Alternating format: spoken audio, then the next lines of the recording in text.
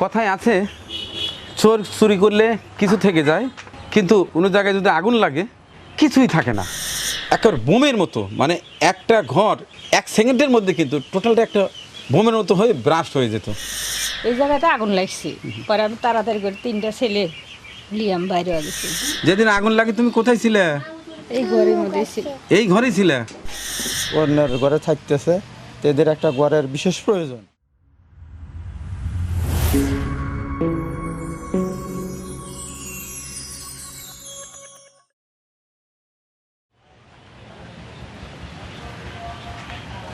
কি অবস্থা! একদম ভয়াবহ পরিস্থিতি, হ্যাঁ? সব কিচ্ছু নাই, যা ছিল এই ঘরের ভিতরে কোনো কিছু বের করতে পারে না। একবারে শেষ। হ্যাঁ, এইগুলো কি বই? আরে কাঁথা। কাঁথা, থালা বাসন যা ছিল সব পুরে শেষ, কোনো কিছুই নেই।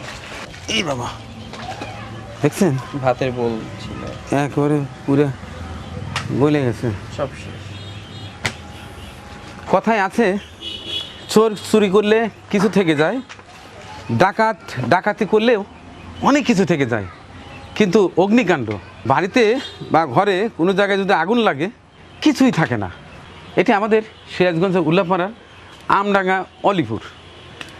হঠাৎই কয়দিন আগে ভাইয়া? এটা 22 তারিখ, গত মাসে 22 তারিখে। আচ্ছা, আপনি তো আমাকে প্রথম মেসেজটা দেন, আপনিও একজন মানবিক মানুষ। এর আগে আমি একটু পরিচয় করিয়ে দিই, যদি বা পরিচয় করিয়ে দেওয়ার কিছু নেই। আমাদের সিরাজগঞ্জের কৃতি সন্তান, যমুনা টেলিভিশনের সিনিয়র রিপোর্টার আমাদের GM রুবেল সাহেব আমাকেও অত্যন্ত ভালোবাসে, সম্মান করে, আমিও তাকে যথেষ্ট ভালোবাসি। তিনি আমাদের মানবিক একজন সাংবাদিক। তিনি হঠাৎ আমাকে ফোন দেন, বোধহয় আসছে 3 দিন না 4 দিন আগে, জি জি জি, যে মানিক ভাই, যে এরকম একটা ভয়াবহ অগ্নিকাণ্ড ঘটেছে। তো আমি ভাইয়াকে বলেছিলাম যে আমি ব্যস্ত মানুষ, এর মধ্যেই আমি আসার চেষ্টা করব। তো আজকে আসছি ভাইয়ের সঙ্গেই। দেখুন কি অবস্থা। আমি সবসময় বলি যে আপনারা সবসময় সতর্ক থাকবেন। এই যে একটা ঘর, এই ঘরে 3টি ছেলে এবং একটা মেয়ে নিয়ে বাবা মা থাকতো। এই ঘরের মধ্যেই তারা কুচকাচ থাকতো, এই যে এইখানে শুয়ে থাকতো, আবার ওই পাশটায় থাকতো। দেখুন, মানে বুঝে ওঠার আগেই ভয়াবহ অগ্নিকাণ্ড। এবং আশেপাশের মানুষ যারা আছে তারা যথেষ্ট চেষ্টা করেছে, কিন্তু যখন আগুনের লেলিহান শিখা একেবারে ধাউ ধাউ করে জ্বলতে থাকে, তখন আসলে এই মফস্বল এরিয়াতে তেমন কিছু করার থাকে না। এই শুধু 1 বালতি পানি বা 1 কলসি পানি দিয়ে আসলে কিন্তু হয় না, যেহেতু আমাদের সিরাজগঞ্জ সদর ফায়ার সার্ভিস এখান থেকে অনেক দূর। আসার আগেই যা সর্বনাশ হওয়ার হয়ে গেছে। আমরা ঘুরে ঘুরে একটু দেখি এবং আমরা সতর্ক থাকব, এ ধরনের অগ্নিকাণ্ড যেন কারোর বাড়িতে না লাগে, শত্রুর বাড়িতেও যেন এই ধরনের কিছু না হয়। দেখুন, এই যে এটা বোধহয় একটা স্কুল ব্যাগ, ফার্নিচার। তাইলে কিছুই বোধহয় বের করতে পারিনি না? যা বলছিলাম, একটা ঘর, এই একটা ঘরেই 4 সন্তান নিয়ে বাবা মা থাকতেন। ওই পাশটায় একটা চৌকি, এই পাশটায় একটা চৌকি। দেখেন চৌকির কি অবস্থা, লেপ তোষক কিছুই বের করতে পারিনি, শুধু তাদের পরনে যে পোশাক ছিল সেটি ছাড়া। এবার কথা বলবো এই পরিবারের মানুষদের সঙ্গে, আসলে সেদিন কিভাবে অগ্নিকাণ্ডটি ঘটেছিল সেটি জানবো।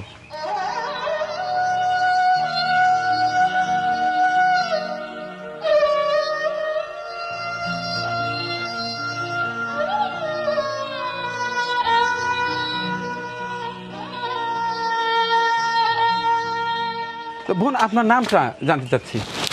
সম্মতা নিজে বেগম। আনিজা বেগম। আপনার স্বামী নাম? মোহাম্মদ শহীদুল ইসলাম। শহীদুল ইসলাম। তিনি কি করেন? ঢাকা চাকরি করে, কি চাকরি করেন বোন? গার্মেন্টসে। গার্মেন্টসে চাকরি করেন। মাঝে মধ্যে বাড়িতে আসে, মাঝে মধ্যে ঢাকাতেই থাকে না, অর্থাৎ ঢাকাতেই চাকরি করে। আপনার সন্তানাদি কয়জন? 3টে ছেলে, একটা মেয়ে। 3টে ছেলে, একটা মেয়ে। তো এই ঘরে তো সবাই থাকতেন। জি। আচ্ছা বলেন তো, ওই দিন কীভাবে আগুনটা লাগলো? আগুন লাগছিল, গ্যাসের চুলা তরকারি গরম করছি, গরম করে মনে করেন যে গ্যাসের চুলা বন্ধ করছি, বন্ধ করে আমার মেজো ছেলে এই চকিতে আসছিল আর ছোট ছেলে ওই চকিতে আসছিল। পরে আমার মেজো ছেলে বলতেছে যে আম্মু, গ্যাসের চুলা তুমি কীভাবে বন্ধ করছো? বলে আমি তো ভালো করেই বন্ধ করছি। পরে করতেছে গ্যাস ফুসফুস করে বাইরে হতেছে, তুমি তাড়াতাড়ি বন্ধ করো। পরে বন্ধ করে বেড়াইছে আর ফায়ার হয়ে আগুন ধরে গেছে। পরে আমার ছেলে ঘুমাইছে, পরে আমার ছেলে মনে হয় যে ওরে মরে হরে তুলে নিয়ে বাইরে হয়েছি। এই জায়গায় ছোলা আসছিল, এই জায়গাতে আগুন লাগছে। পরে আমি তাড়াতাড়ি করে 3টা ছেলে নিয়ে আমি বাইরে হয়ে গেছি। যাই ওই ভাইগারে বলছি যে ভাই আমার ঘরে আগুন লাগছে, আপনারা নিবেন।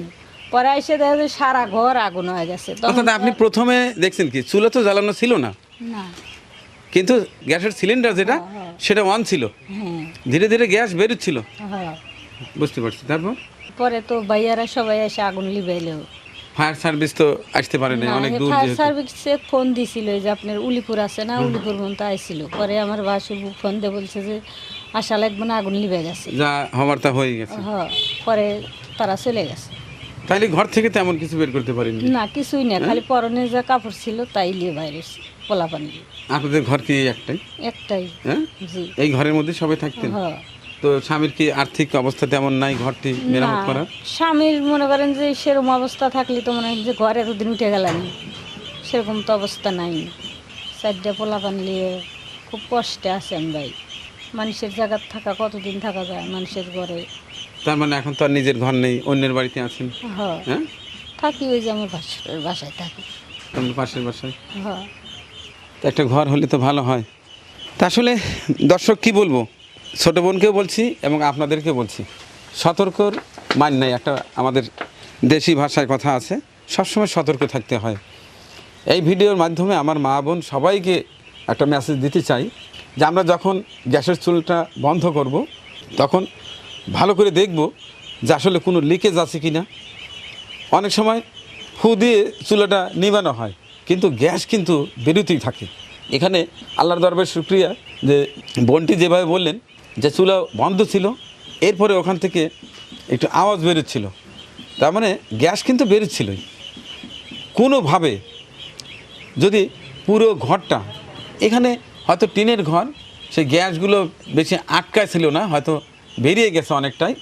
অনেকের বাড়ি কিন্তু এখন পাকা বাড়ি। এই ঘটনা যদি কোনো বাড়িতে পাকা কোনো কিচেন রুমে বা কোনো বসবাসের ঘরে বাসায় হতো, তাহলে একবার ভাবুন তো, যে কোনো মুহূর্তে কোনো কারণে যদি একটা দিয়াশালাই জ্বালানো হয় বা গ্যাস ফায়ার করা হতো, তাহলে কিন্তু একটা বোমের মতো, মানে একটা ঘর 1 সেকেন্ডের মধ্যে কিন্তু টোটালটা একটা বোমের মতো হয়ে ব্রাস্ট হয়ে যেত। এখানে টিনের ঘর বিভিন্ন ফাঁকা ছিল বিধায় কিন্তু এরা ঘর থেকে মানে বেরোতে সম্ভব হয়েছে, নইলে তো যারা ছিল সবাই মারা যেত। তো যাই হোক, আমার এক প্রিয় ভাই রুবেল ভাই আমাকে কদিন আগে ফোন দেন যে মানিক ভাই এই অবস্থা, একদিন আসেন দেখেন। তো দেখে আমরা কতটুকু কি করতে পারি, যেহেতু আর নিজেদের কোনো সঙ্গতি নেই ঘর দেয়া, আমি চেষ্টা করব, আপনার চেষ্টা করব একটা ঘর দিতে। এখন আমি প্রতিবেশী দু একজনের সঙ্গে কথা বলবো। আমার পাশেই বাড়ি, এখানে গত 22 তারিখে আগুন লাগছিল। তো এটা হলো সম্পূর্ণ একবার গরিব মানুষ, নিয়ে এনে দিন খায়। স্বামীটা হলো ওই ঢাকা থাকে, 4টা পোলাপান, থাকার মতো জায়গা নাই, অন্যের ঘরে থাকতেছে। তো এদের একটা ঘরের বিশেষ প্রয়োজন। তো আপনাদের মাধ্যমে যদি কোনো ব্যক্তি যদি এদের আর্থিক সহযোগিতা যদি ঘরটা তুলে দিত, তাহলে খুবই উপকার হতো। আচ্ছা, এই জায়গাটা কি ওনাদেরই? এই জায়গাটা ওনার এইটুকু জায়গায়, আর জায়গা নাই। ওনাদেরই জায়গা? ওনাদেরই অন্যের জায়গা না? না, অন্যের জায়গা না, ওনাদেরই জায়গা। ইচ্ছে করলে একটা ঘর দিলে আশেপাশে কেউ তো ঝামেলা না করবে না, না, কেউ জায়গা দেখাবে না? না না হ্যাঁ, না, এটা নিজস্ব জায়গা তাদের। আপনার বাড়ি কি এখানেই? হ্যাঁ হ্যাঁ, আমার ছেলের ঘর। আপনার ছেলে?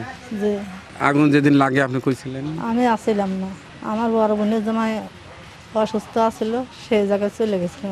আগুন আমি দেখিনি বাবা, আমি পরক্ষণ খবর হিনে চলে আসি। যাই হোক, ওর ঘর তোলার কোনো পয়সা নাই? না বাবা, আমার বেটা দিন কামাইতে দিন খায়, আমার বেটা অসহায়, 4 পোলা পান, তারা 2জন 6জন মানুষ, দেখেছেন না ঘরের কী অবস্থা। আর আপনার ঘরে শরীর যদি আল্লাহ দয়া দেয় আমার বেটার উপর, আল্লাহ রহমতে আপনারা দিলে পারে, আল্লাহ রহমতে আপনাকে না যাই করবে না।